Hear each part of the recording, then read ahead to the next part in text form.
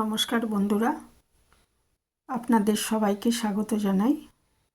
আমি আজকে একটা নতুন রেসিপি নিয়ে চলে এসেছি, যেটা গরমে জন্য খুবই উপযুক্ত। গরমে দুপুরে ভাত খাওয়ার জন্য এটা হচ্ছে ডাল শুক্তানি বা তিতর ডাল। তিতর ডাল তো আসুন দেখে নিই এটা কিভাবে করেছি। এটা থাকলে গরম ভাতে এটা থাকলে আর সাথে কিছু ভাজা থাকলে আর অন্য কিছু লাগবে না, এতটাই সুস্বাদু হয় খেতে। তো এর জন্য আমি 1 গ্লাস মুগ ডাল ভালো করে 4-5 বার করে ধুয়ে নিয়েছি, কারণ ডালের মধ্যে যে সাদা পাউডারগুলো থাকে সেটা ভালো করে ধুয়ে নিতে হবে।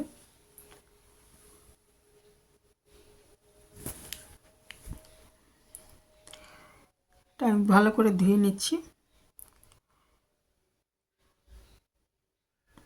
ভালো করে ধুয়ে 4 থেকে 5 বার ধুলেই দেখবেন একদম পরিষ্কার হয়ে যাচ্ছে। দেখুন, দেখিয়ে বোঝা যাচ্ছে একদম ঝকঝক করছে, সাদা ভাবটা চলে গেছে। আর লাগবে আমার সজনে ডাঁটা, একটু মোটা ধরনের ডাঁটাগুলো নিলে ভালো হয়। আর একটা ছোটো লাউয়ের অর্ধেকটা মতো নিয়েছি আমি, যেহেতু অনেকটা ডাল করব সেই জন্য, না হলে এর অর্ধেকটা নেবেন লাউ। আর এখানে করলা নিয়েছি, ডালের পরিমাণ বুঝে করলাটা নেবেন। করলা বা উচ্ছে দিয়েও খুব ভালো হয়। করলাটা একটু তিতো বেশি, কিন্তু করলা উপকারও বেশি ইয়ে থেকে, তো আজকে আমি এটা করলা দিয়েই করেছি। তবে তিতোর ডাল আমরা সাধারণত উচ্ছে দিয়েই করি, উচ্ছে না ছিল না বলে আমি করলা দিয়ে করেছি। তো এটা আমি ডালটা ধুয়ে নেওয়ার পর ওই লাউটাও কেটে ধুয়ে নিয়েছি। নিয়ে এটাকে ডাল আর লাউ কিন্তু আগে একটা সিটি দিয়ে সেদ্ধ করে নিচ্ছি। আর ওই করলাগুলো কেটে নিয়েছি, সজনে ডাঁটা কেটে নিয়েছি, ছুলে একটু আঁশগুলো ছুলে কেটে ধুয়ে রেখেছি।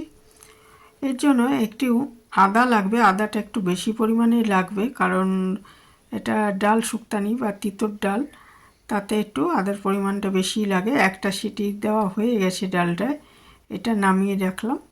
ওটা ঠান্ডা হোক, ততক্ষণে আমি এদিকে বাকি সব জিনিস রেডি করে নিয়েছি।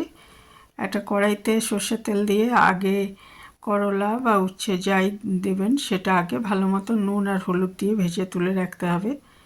তারপরে ওই তেলের মধ্যেই সজনে ডাঁটাগুলো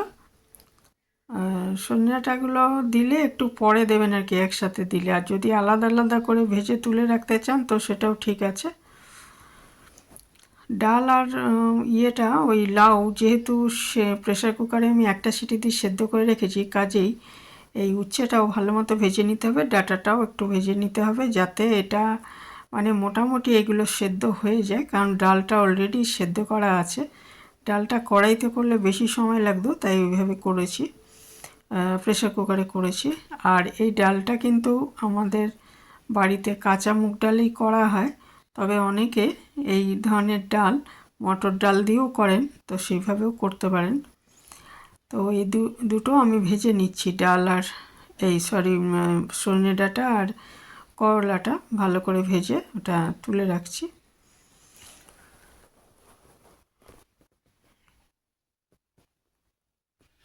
ভেজে তুলে রাখার পর কড়াইতে আমি একটু কালো সর্ষে ফোড়ন দিয়ে দিলাম, আর 1 চামচ মতো আদা বাটাটা তো অবশ্যই দিতে হবে। শুক্তো রান্নায় যেমন আদা বাটা ছাড়া যেমন শুক্তো রান্না হয় না, এই ডাল শুক্তানি বা তিতার ডালও তাই। এই আদা বাটাটা কিন্তু মাস্ট দিতেই হবে। আর সর্ষে ফোড়ন দিয়েছি, আমাদের বাড়িতে সর্ষেই ফোড়ন দেওয়া হয়, সেই জন্য আমি সর্ষে ফোড়ন দিয়েছি আর আদা বাটা দিয়েছি।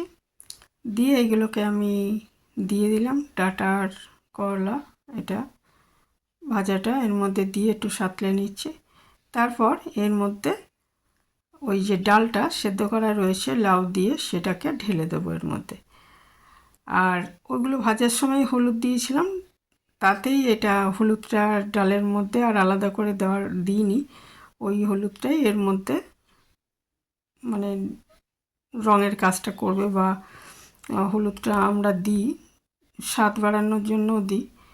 তো খুব বেশি হলুদ দেওয়ার দরকার নেই। তো ডালটা প্রায় রেডি। একটু নুনটা যদি লাগে আর একটু দিয়ে দিতে হবে। আরেকটা ব্যাপার হলো যে এটা যদি স্বাদ বাড়াতে চান তো খুব সামান্য ছোটো চামচের হাফ চামচ চিনি এর মধ্যে দিতে পারেন, অথবা চিনিটা স্কিপ করবেন।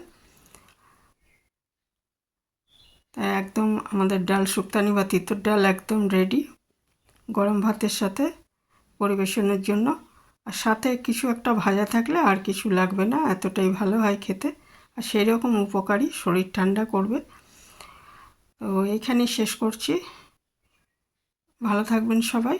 আর নতুন বন্ধু কেউ এসে থাকলে চ্যানেলটা সাবস্ক্রাইব করার অনুরোধ রইল।